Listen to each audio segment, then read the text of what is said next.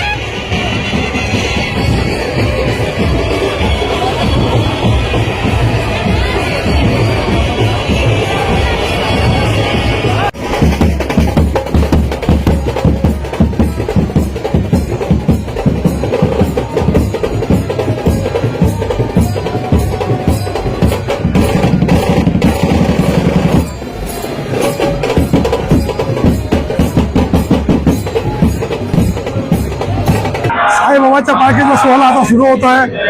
मी सर्व तमाम माझ्या बाळकुमारींना विनंती करतो की कृपया या ठिकाणी साईबाबाच्या पालखीमध्ये सामील व्हा, अशा प्रकारची विनंती करतो। श्री साईबाबा मंदिर ट्रस्ट बाळकुम यांच्या वतीने गेले 26 वर्षापासून बाळकुम नगरीमध्ये साईबाबांचं जे देवस्थान त्या ठिकाणी बसलेलं आहे, त्या देवस्थानच्या वतीने प्रत्येक वर्षी 1 मेला पालखी सोहळा त्या ठिकाणी असतो।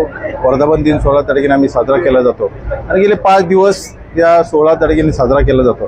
गेल्या वर्षी बाबांच्या ओरिजिनल जे चर्मपादुका त्या ठिकाणी होत्या शिर्डी संस्थांच्या, त्याही त्या ठिकाणी गेल्या वर्षी आल्या होत्या आणि बाबांचं महिमा त्या ठिकाणी आहे या भागात आणि या संपूर्ण ठाणे शहरात, ठाणे जिल्ह्यात या मंदिराचं त्या ठिकाणी महिमा त्या ठिकाणी आहे आणि ह्या याच्यातनं गोरगरीब जनतेला त्या ठिकाणी आम्ही नेहमी सहकार्य करत आलेलो आहोत या ट्रस्टच्या वतीने। म्हणजे शैक्षणिक असेल किंवा गरीब हॉस्पिटल त्या ठिकाणी असेल किंवा बाकीची ॲम्ब्युलन्स सेवा असेल किंवा बाकीच्या सेवा, या सर्व देण्याचा या संस्थेच्या तर्फे त्या ठिकाणी आम्ही करतो आणि गेली 26 वर्ष त्या ठिकाणी अतिशय उत्साहाने हा कार्यक्रम त्या ठिकाणी साजरा होतो। आम्हाला सर्वच जनता आणि संपूर्ण या भागातील सर्व ग्रामस्थ असतील किंवा सर्व रहिवासी त्या ठिकाणी असतील, सोसायटी असतील, याच्यातले सर्वच लोक आम्हाला सहकार्य त्या ठिकाणी करत आलेले आहेत आणि बाबांच्या इथं प्रत्येक गुरुवारी 700-800 लोकांचा भंडारा त्या ठिकाणी चालतो आणि भंडाराच्या माध्यमातून गोरगरीब जनता या ठिकाणी प्रसाद घेऊन जाते आणि अतिशय चांगला उत्साह आहे आणि त्या उत्साहाच्या माध्यमातून आम्ही नेहमीच सर्वांना त्या ठिकाणी बरोबर घेऊन चालण्याचा प्रयत्न आहे आणि सर्वच बरोबर आमचे आहेत। धन्यवाद। जय हिंद, जय महाराष्ट्र।